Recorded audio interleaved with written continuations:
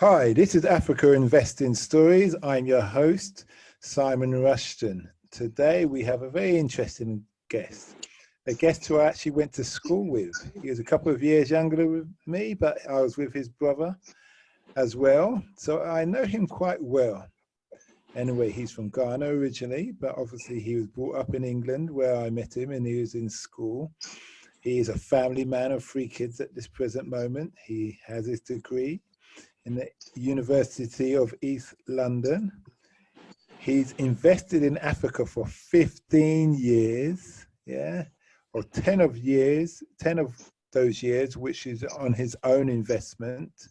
He's done investments from agriculture to media and healthcare, so we're going to get a good discussion out of him. But as usual, we try and keep it down to our famous 45 minutes or half an hour, so we can always invite him back. And the one and only Josh, welcome to have you today. Thank you very much, Simon. How are you? I'm okay, thank you. I can't complain.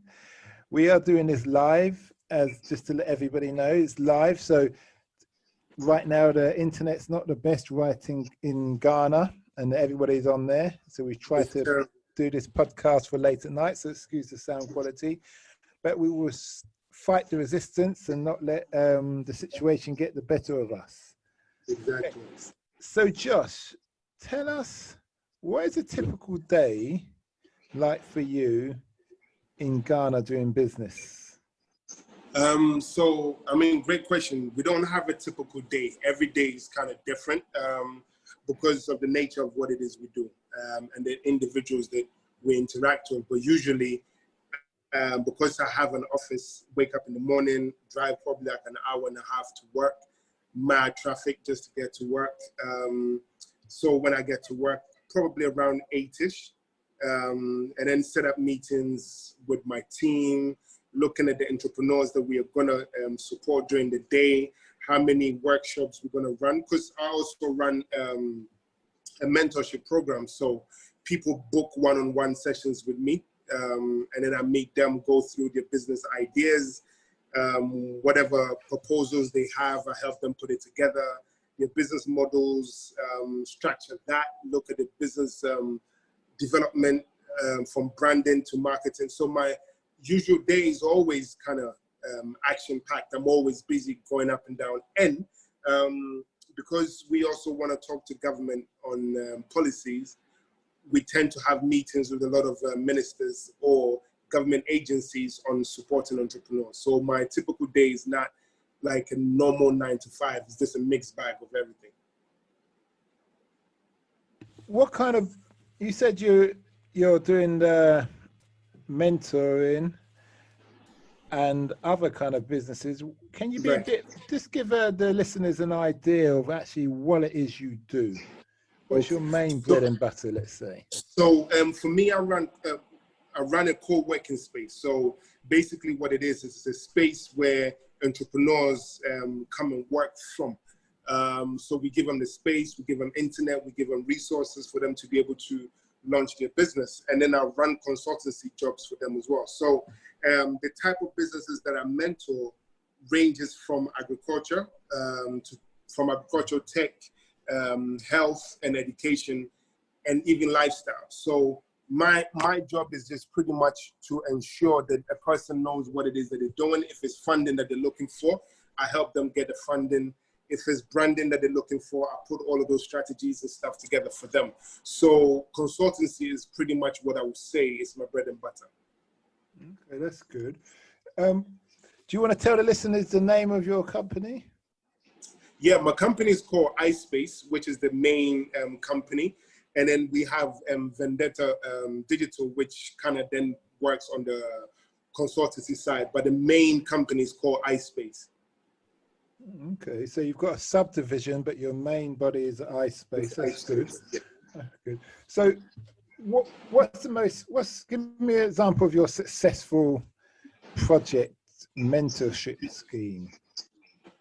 So for me, it would be working with one of the biggest startups well, since they started, we were able to get them, it's called Farmer Line. We were able to get them funding the initial stage. And now they, one of the biggest agri-tech startups in Africa that we helped. And we've got other female entrepreneurs that we work with. So we have about, 58 to about 62 different startups under our portfolio.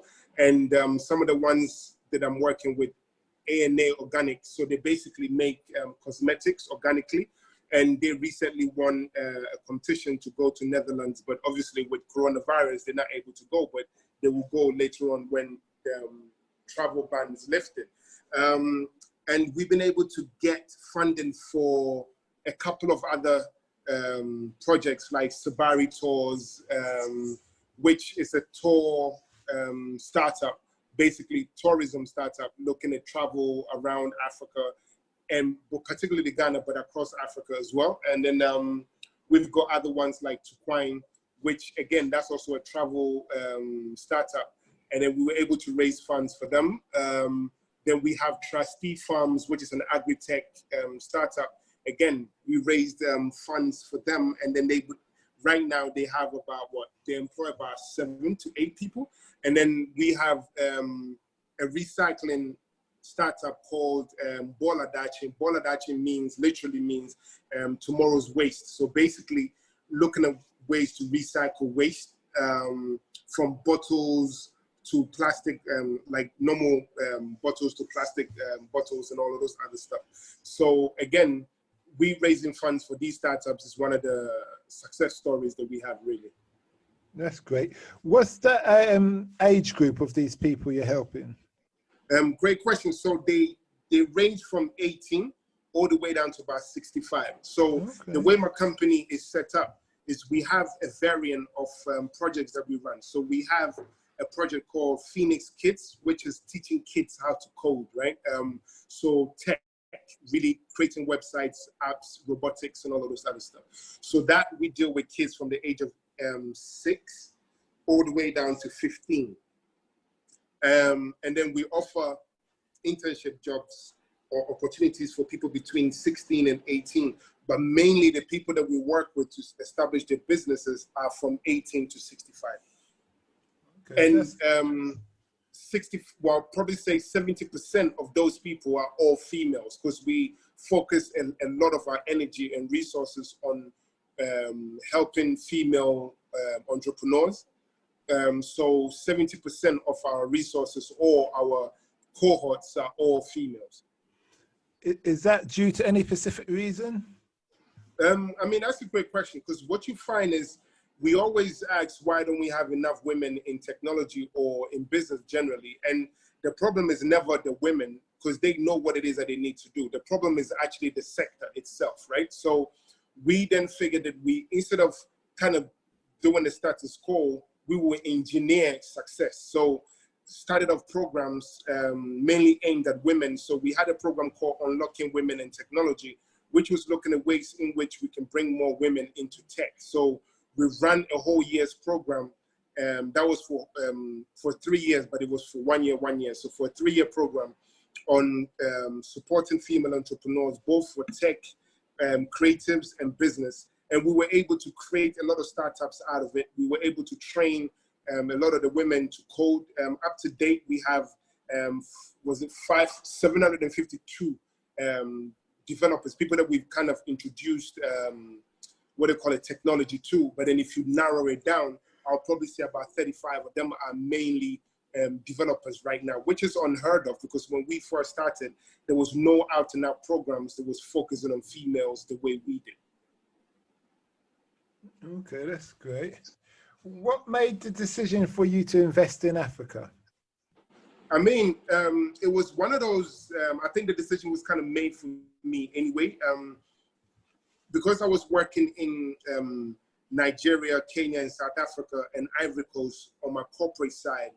And so when the whole credit crunch kind of thing hit, it kind of rearranged everything that was supposed to do. So when I was in Ivory Coast, when I was investing in the company, was doing lifestyle management, and then the war in Ivory Coast started. So that kind of forced me to go from corporate to entrepreneurship, where I could kind of take destiny into my own hands, kind of thing. So I think the opportunities in Africa, or should I say the lack of opportunities, kind of presented itself. There was too many challenges that when you look at education, when you look at health, when you look at business generally, a lot of the avenues were not exploited or being explored in that sense. So that's pretty much what took me to make that full of the leap into supporting and starting anything in Africa. So I think the decision was really made for me because, again, when I worked in all of these countries, a lot of things didn't go according to the way I planned them to go. So I had to kind of pivot and then go into the private sector. And, you know, going to the private sector, I just realized that there was a lot of problems that had to be solved. So that naturally then kept the momentum for me to doing what it is that I do. That's good. Obviously you've been in business for 10 years yourself. Mm-hmm. You said you was working with the other corporate company where you was dotting around all those African companies. What were you doing there? So the company was called Quintessentially. So it was a lifestyle management company. It's a private members club looking after rich people. So basically hiring of private jets, importing exotic cars, right? Luxurious cars, organizing events and all of those other stuff with top celebrities, rich individuals and all of that. So it was pretty much looking after the affluent members of society, really. Okay, that's good.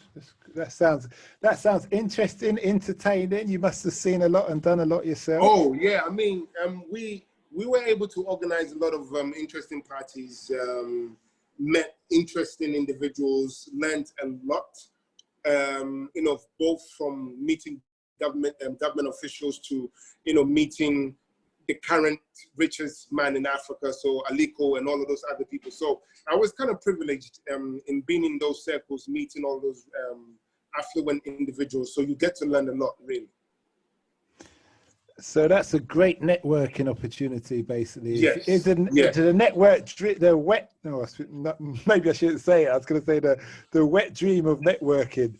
But yes, it's just being in the right place at the right time. So yeah, that's what it is, really. What has been the most valuable lesson you have learned? That's a great question. The most valuable for me has been learning to adapt, right? Not taking anything at face value. So adaptation is always key.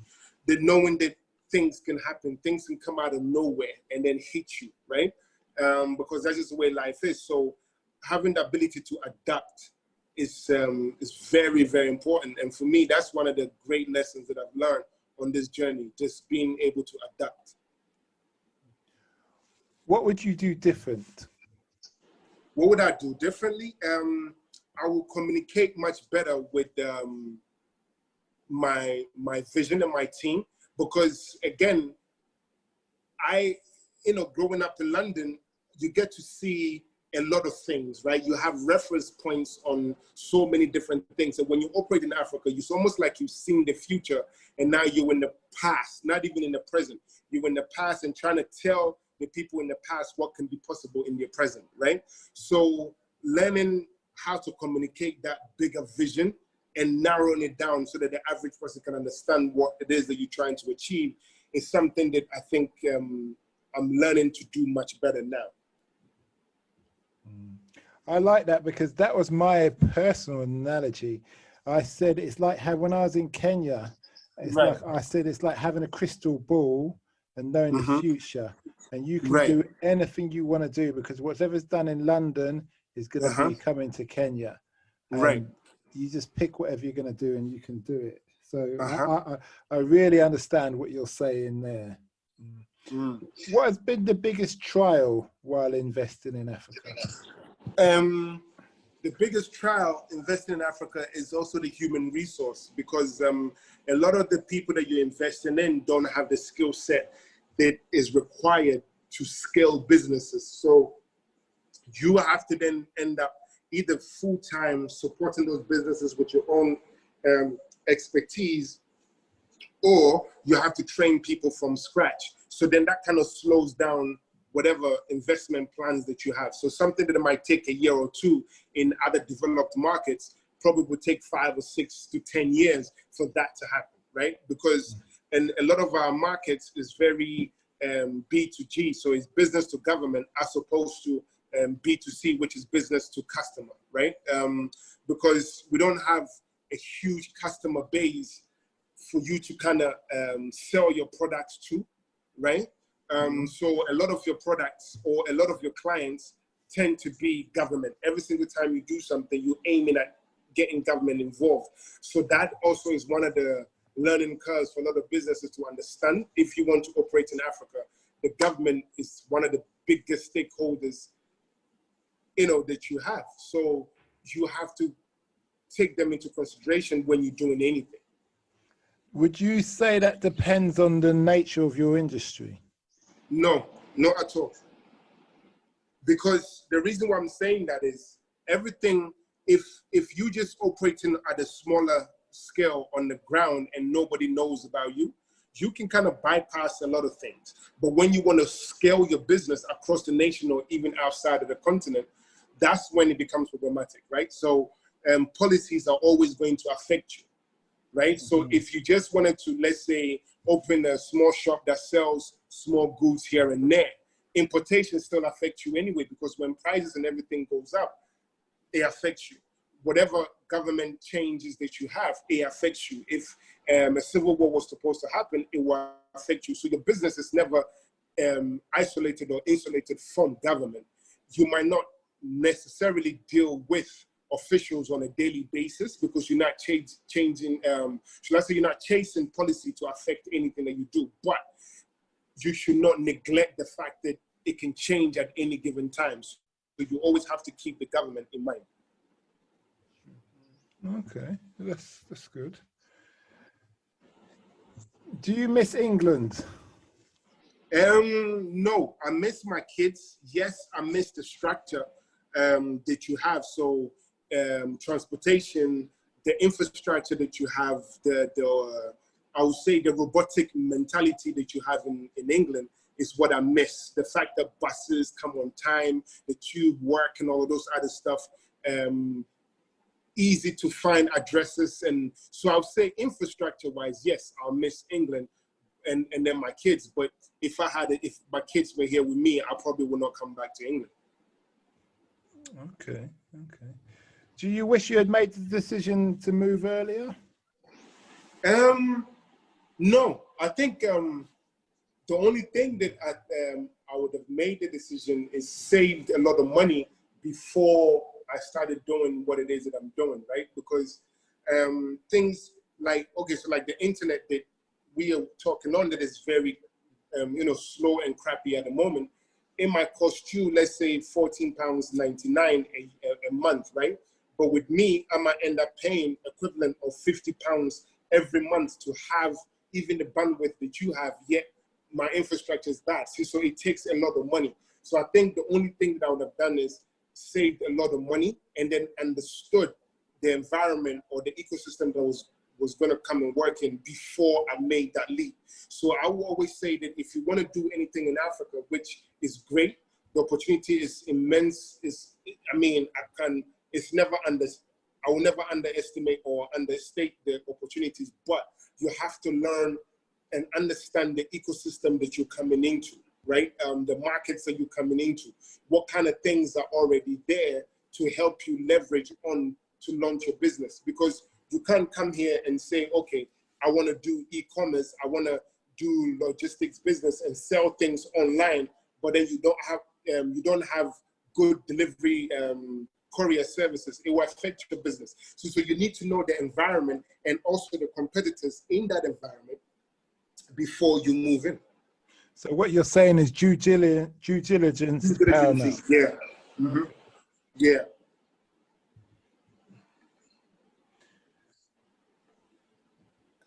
How has your children, your loved ones, dealt with you moving to Africa? Is it a case that they want to come or they're happy with Oh, it? yeah. I mean, they want to come.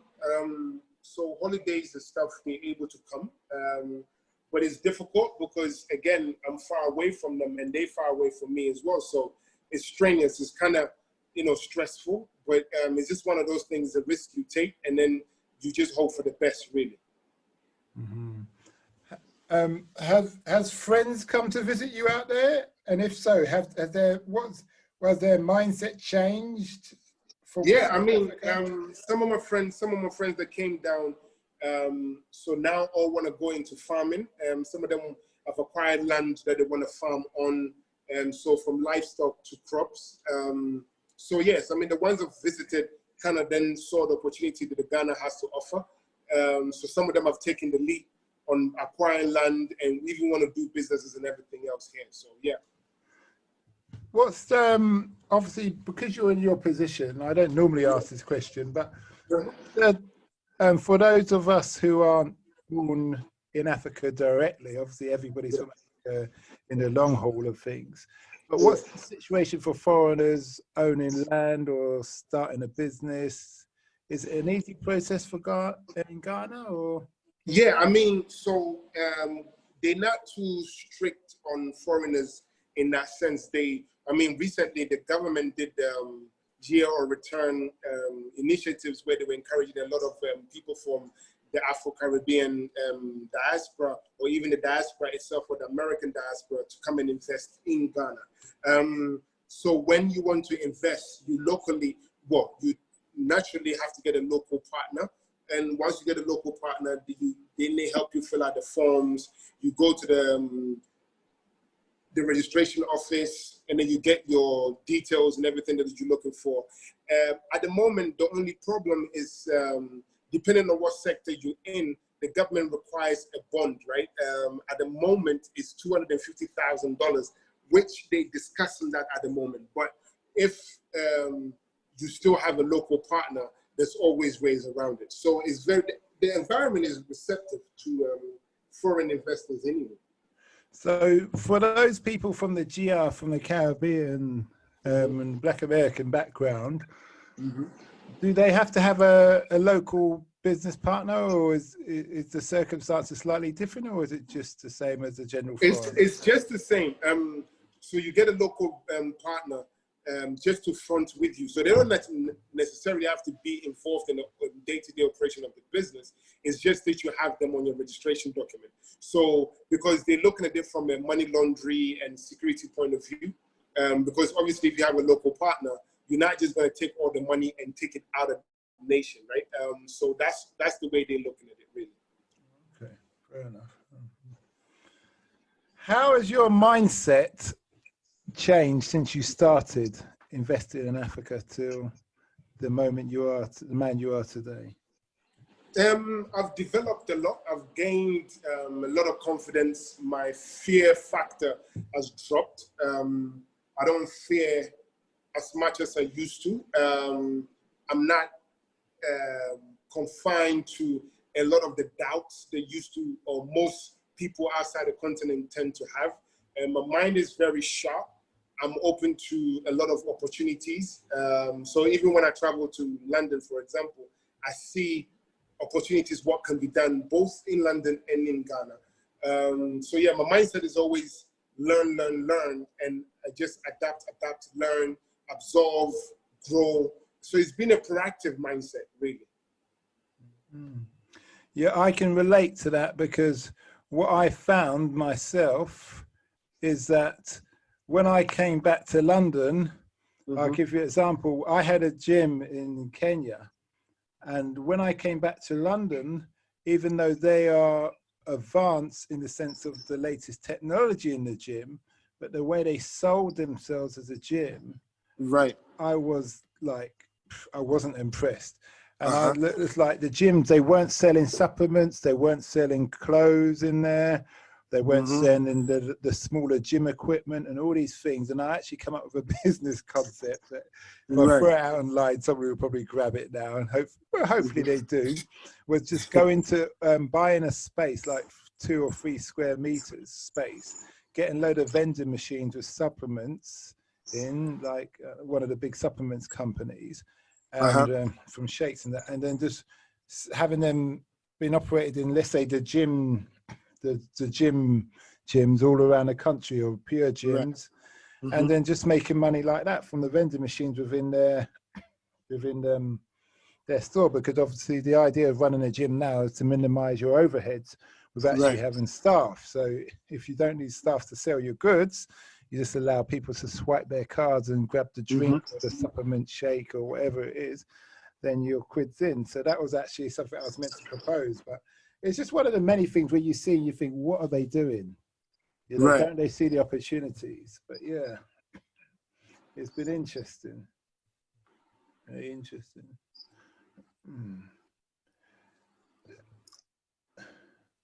Did your education status help you in what you're trying to set up?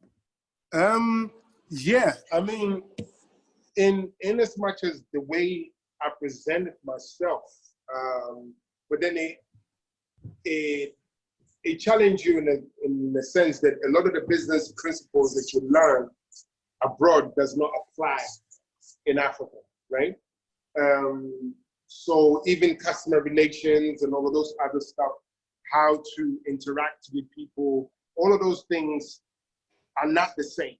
So you just have to, but then I think the nature of writing reports and all of those other things, yeah, that was positive. But then, I mean, things that they teach you in business school, you have to kind of unlearn all of that when you're in Africa, because we don't do business exactly the same way, right? But yeah, I mean, it helped in certain areas, and then it didn't in certain areas. So, yeah. Could you give the listeners an example of how things are done differently, let's say customer service wise? So basically, in the UK, where when you do customer service, it tells you that the customer is always right and all of those other stuff, right? Here, our concept of customer service is not the same, right? So service industry, again, you assume that the people know what it is that they're supposed to do, right? Which they don't. So you have to retrain people, and it takes a lot of time to train people for all of those things to happen. So basically, in Europe, where you just naturally assume that people know stuff, here, you don't assume. You start everything from scratch. So I think that's where the differences are. And then when you send emails. So again, here, in the UK, you can send an email to somebody, you can have proposals sent to somebody in an email format, they read the proposal, they agree the contract, and it's signed, and thank you very much. Here, it doesn't work. You have to do the face-to-face human interaction, meet people for a long time. Sometimes you don't even meet the decision makers. And, you know, so it's a whole lot of difference.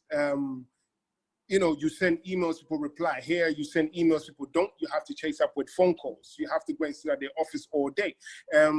There's a lot of trust issues. So it's physical interactions that breeds the trust. Whereas in Europe, you know, you have law and order. So again, if I tell you me and you're going to work on a project, we might sign a contract, but it's not something that we're going to kill each other over. Here, you have to ensure that you sign an MOU first, even before a contract is signed. So there's all different principles.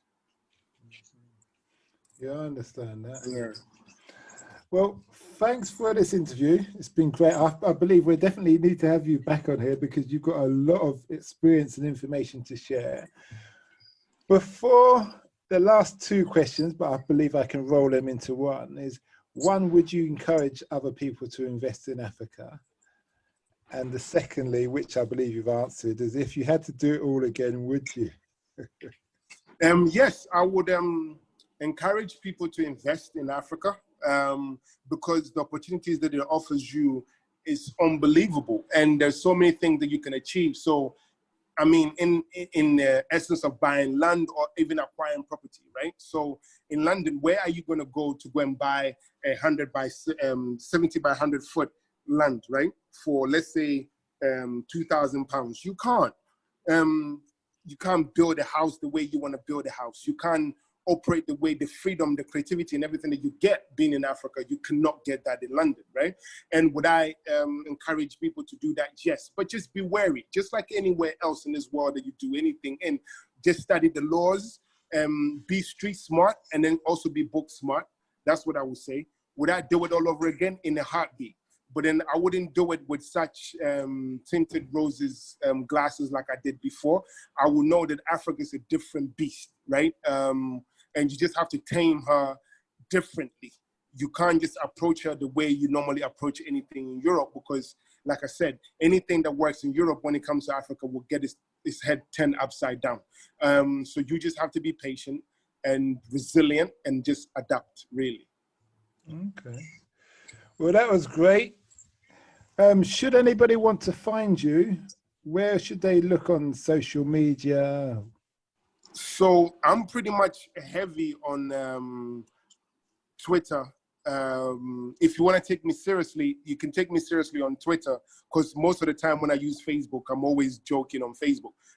But Twitter, so it's JKEYISON on Twitter. On that space, we can definitely interact on the business side of things. But then, yeah, you can also follow me on Facebook. So Josiah Abakah, it's easy to find me. But then if you want my handles, either Instagram or Twitter, is JKEYISON. Mm-hmm. Well, thanks a lot for that. And you're welcome. And we'll be looking out to hear from you soon. Thank you. And thank you for having me. And if you need any follow-ups, please get in touch. And I'm happy to help you or your audience facilitate any introductions and stuff that they're looking for. Thanks a lot. Yeah, you're welcome.